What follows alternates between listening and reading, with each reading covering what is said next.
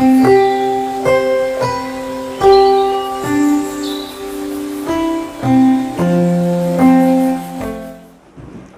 Doctor Vijay Kumar cardiologist हूँ और basically हम लोग हार्ट डिजीज़ से यहाँ पर संबंधित पेशेंट्स को देखते हैं, उनका इलाज और उनका ट्रीटमेंट यहाँ पर करते हैं।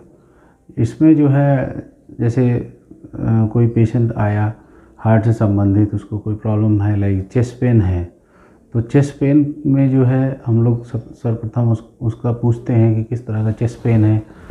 चेस्ट पेन में जो है पेशेंट को जो हार्ट से संबंधित पेन होता है वो यूजुअली जो है वो रेट्रोस्टर्नल सेंट्रल चेस्ट पेन होता है। कई बार वो हमारे गले तक जाता है या दोनों हाथों में रेडिएट करता है, या बैक साइड में भी चेस्ट पेन जा सकता है। अगर उस तरह का चेस्ट पेन हो रहा है तो ये संभावना होती है कि उसकी कोरोनरी आर्टरीज में ब्लॉकेज हो सकता है, ऐसी संभावना हो सकती है। तो उसके लिए हम लोग आगे उसमें जो है जैसे इको वगैरह करते हैं या ट्रेडमिल टेस्ट करते हैं। अगर वो पॉजिटिव आ जाता है तो आगे एंजियोग्राफी के लिए एडवाइस करते हैं मरीज़ को। और एंजियोग्राफी में अगर ब्लॉकेज आता है फर्दर डिजीज़ को इवेलुएट करते हैं कि बीमारी उसकी दिल की नसों में जो है बीमारी है या नहीं है, और वो कितनी परसेंटेज की बीमारी है, और उसका आगे इलाज क्या है कि उसका मेडिकल मैनेजमेंट दवाइयों से इलाज है या स्टेंटिंग से इलाज है या आगे बाईपास सर्जरी की उसको आवश्यकता है। तो ये तो हो गया एक उसका इवैल्यूएशन पेशेंट का। कभी कभी पेशेंट जो हैं ऐसे भी आते हैं एक्यूट, एकदम बहुत तेज़ी से छाती में दर्द हो रहा है उनको, साथ में स्वेटिंग भी हो रही है, कई मरीज अनकॉन्शियस भी हो जाते हैं, इतना तेज़ पेन होता है उनको फॉर शॉर्ट टाइम के लिए, और साथ में ब्रीदिंग डिफ़िकल्टी भी हो जाती है, जिसको हम बोलते हैं ईसीजी करते हैं, और ईसीजी में जो है हार्ट अटैक के साइन सिम्टम हमको मिलते हैं ईसीजी में। तो मरीज़ को देख के उसकी इमरजेंसी प्राइमरी एंजियोप्लास्टी या थ्रोम्बोलिसिस की ज़रूरत जैसे भी पड़ती है उसके हिसाब से यहाँ पर प्राइमरी एंजियोप्लास्टी की सुविधा हम दे रहे हैं। अलावा जो है जैसे पेशेंट कई बार आते हैं हार्ट फेलियर के, जिनकी जो है पंपिंग कम होती है, काफ़ी कम पंपिंग है, किसी की हार्ट का फंक्शन कम है, सांस ज़्यादा फूल रहा है, या डायलेटेड कार्डियोमायोपैथी है, उसका कॉज ढूंढते हैं, इको वगैरह करते हैं। फिर आईसीयू में जो फैसिलिटी मरीज़ को हार्ट फेलियर की दी जाती है उसको हम हार्ट फेलियर की मैनेजमेंट की फैसिलिटी आईसीयू में हम देते हैं। हार्ट अटैक के लक्षणों में जो है बेसिकली ज़्यादातर पेशेंट्स को जो है acute onset severe chest pain होगा, एकदम से काफ़ी तेज़ी से पेन होगा, है ना। तो पेन और उसके साथ में स्वेटिंग भी हो जाती है मरीज़ को, और स्वेटिंग के साथ में जो है उसका पेन का रेडिएशन होता है। जैसे यहाँ छाती से दर्द शुरू हुआ, लेफ़्ट हैंड में जाएगा, राइट हैंड में जा सकता है, बैक साइड में जा सकता है, जॉ में जा सकता है, नेक में जा सकता है।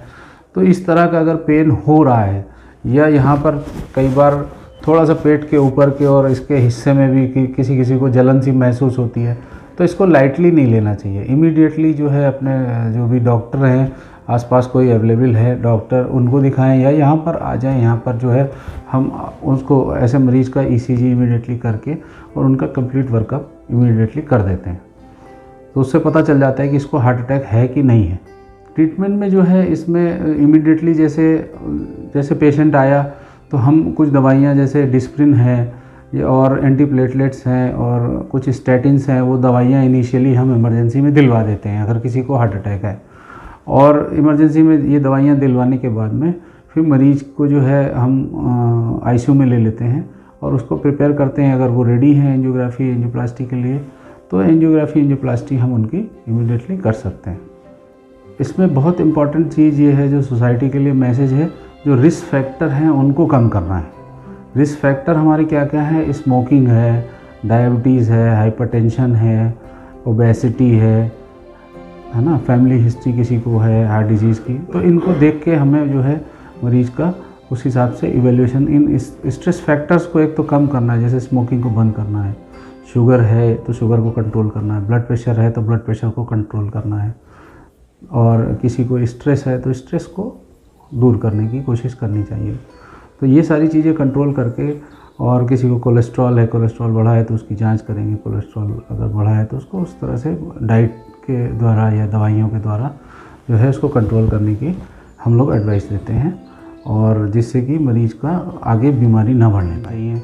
सर्दियों में स्पेशली जैसे बीपी बढ़ जाता है लोगों का, तो उसमें जो है बीपी रेगुलर चेक कराते रहना चाहिए। दवाइयाँ अपग्रेडेशन की ज़रूरत पड़ती है तो दवाइयों को उसकी मात्रा जो है डोज़ की उसको बढ़वा लेना चाहिए। और डाइट में जो है बहुत ज़्यादा ऑयली चीज़ें ये अवॉइड करनी चाहिए, फैक्ट्री मेड चीज़ें अवॉइड करनी चाहिए। कोशिश करें कि घर का सादा बना हुआ खाना खाएं, और उसमें जो है फैटी चीज़ें अवॉइड करें, जो ज़्यादा फैटी चीज़ें हैं उन्हें नहीं लेना चाहिए।